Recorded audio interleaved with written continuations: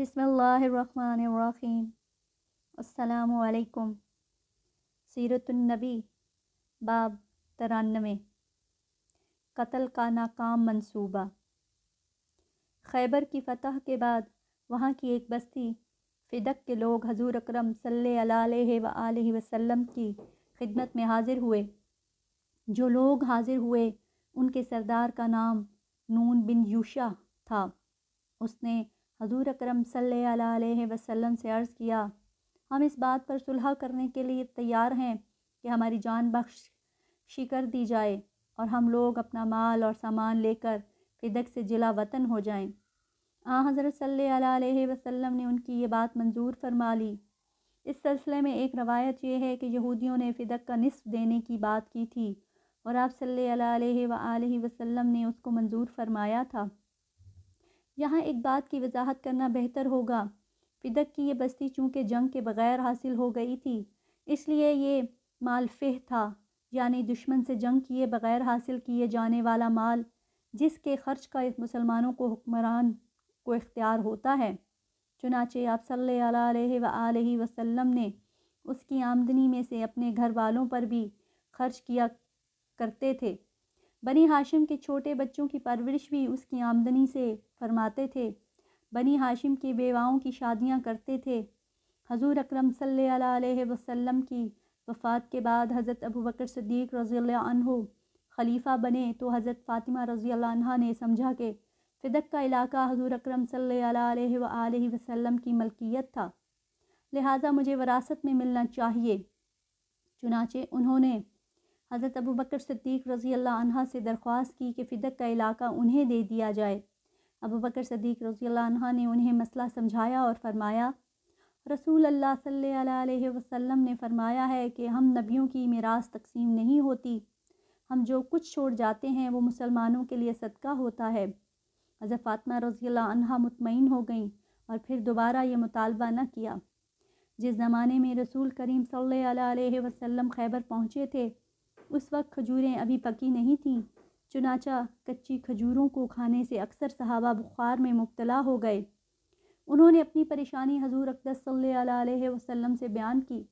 آپ صلی اللہ علیہ وسلم نے ان سے فرمایا، گھروں میں پانی بھر لو اور ٹھنڈا کر لو، فجر کے وقت اللہ کا نام پڑھ کر اس پانی کو اپنے اوپر ڈالو۔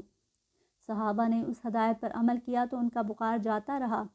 خیبر کی جنگ میں سلمہ بن اکوہ رضی اللہ عنہ زخمی ہو گئے تھے تو حضور صلی اللہ علیہ وسلم کی خدمت میں حاضر ہوئے۔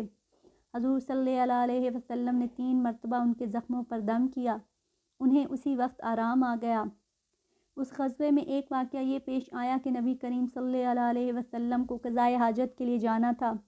آپ صلی اللہ علیہ وسلم نے عبداللہ بن مسعود رضی اللہ عنہ سے فرمایا کہ دیکھو کوئی اونٹ کی جگہ نظر آ رہی ہے یا نہیں۔ عبداللہ بن مسعود رضی اللہ عنہ نے چاروں طرف دیکھا، کوئی اونٹ کی جگہ نظر نہ آئی، البتہ انہیں ایک اکیلا درخت نظر آیا۔ انہوں نے بتایا کہ صرف درخت نظر آ رہا ہے۔ آپ صلی اللہ علیہ وسلم نے فرمایا، ادھر ادھر دیکھو، کوئی اور اونٹ کی چیز نظر آتی ہے؟ اب انہوں نے پھر ادھر ادھر دیکھا تو ایک اور درخت کافی دور نظر آیا۔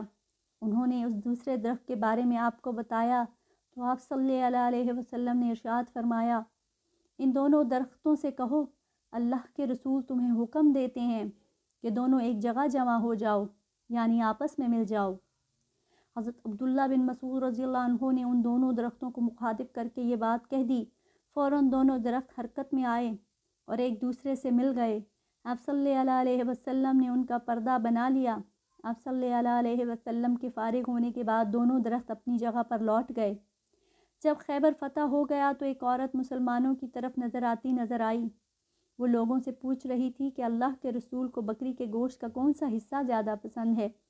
لوگوں نے اسے بتایا حضور صلی اللہ علیہ وسلم کو دستی کا گوشت پسند ہے۔ اس عورت کا نام زینب تھا، یہ مرحب کی بھتیجی اور سلام بن مشکم یہودی کی بیوی تھی۔ یہ بات معلوم کرنے کے بعد وہ واپس لوٹ گئی۔ اس نے ایک بکری کو ذبح کیا، پھر اس کو بھونا اور اس کی دستی والے حصے میں زہر ملا دیا۔ حضرت صلی اللہ علیہ وسلم مغرب کی نماز پڑھ کر واپس تشریف لائے تو اس عورت کو منتظر پایا۔ آپ صلی اللہ علیہ وسلم نے اس سے آنے کا سبب پوچھا تو بولی، اے ابو القاسم، میں آپ کے لیے ایک ہدیہ لائی ہوں۔ حضور اکرم صلی اللہ علیہ وسلم کے حکم پر اس کا ہدیہ لے لیا گیا اور آپ صلی اللہ علیہ وسلم کے سامنے رکھ دیا گیا۔ اس وقت وہاں بشر بن برہ بن معرر رضی اللہ عنہ بھی موجود تھے۔ آپ صلی اللہ علیہ وسلم نے صحابہ سے فرمایا، قریب آ جاؤ۔ پھر آپ صلی اللہ علیہ وسلم نے دستی سے کھانا شروع فرمایا۔ آپ صلی اللہ علیہ وسلم کے ساتھ ہی بشر بن برہ نے بھی دستی سے گوشت کا لقمہ منہ میں ڈالا اور اسے نگل گئے، جبکہ حضرت صلی اللہ علیہ وسلم نے ابھی لقمہ صرف منہ میں ڈالا تھا۔ دوسرے لوگوں نے دوسری جگہوں سے لقمہ لیا۔ جو ہی حضور اکرم صلی اللہ علیہ وسلم نے لقمہ منہ میں ڈالا، فوراً اگل دیا اور فرمایا، ہاتھ روک لو، یہ گوشت مجھے بتا رہا ہے کہ اس میں زہر ہے۔ اس وقت بشر بن برہ رضی اللہ عنہ نے عرض کیا، اے اللہ کے رسول، قسم ہے اس ذات کی جس کے قبضے میں میری جان ہے، جو لقمہ میں نے کھایا تھا اس میں مجھے کچھ محسوس ہوا تھا، لیکن میں نے اس کو صرف اس لیے نہیں اگلا کہ آپ کا کھانا خراب ہوگا۔ پھر جب آپ نے اپنا لقمہ اگل دیا تو مجھے اپنے سے زیادہ آپ کا خیال آیا اور مجھے خوشی ہوئی کہ آپ نے اس کو اگل دیا۔ اس کے بعد اس کا رنگ نیلا ہو گیا۔ وہ 1 سال تک اس زہر کے اثر رہا اور اس کے بعد فوت ہو گئے۔ حضور اقدس صلی اللہ علیہ وسلم نے اس یہودی عورت کو بلایا اور اس سے پوچھا، کیا تو نے بکری کے گوشت میں زہر ملایا تھا؟ اس نے پوچھا، آپ کو یہ بات کس نے بتائی؟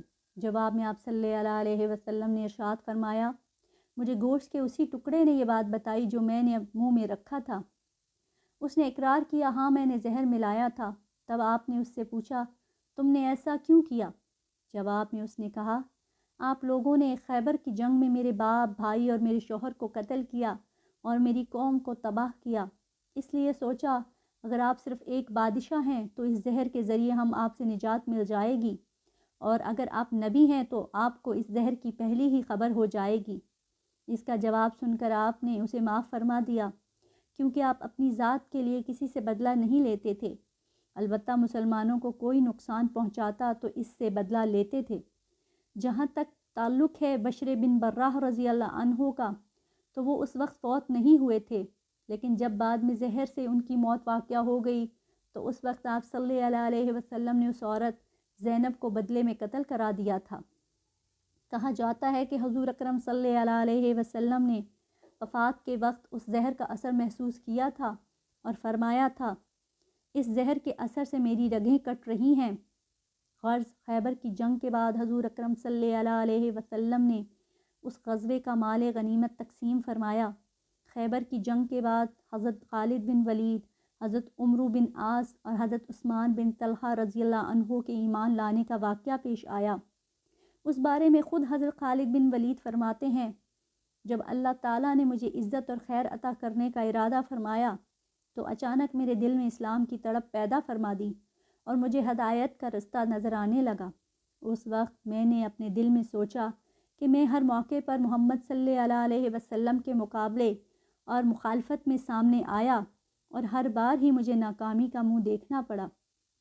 ہمیشہ ہی مجھے یہ احساس ہوا ہے کہ میں غلطی پر ہوں۔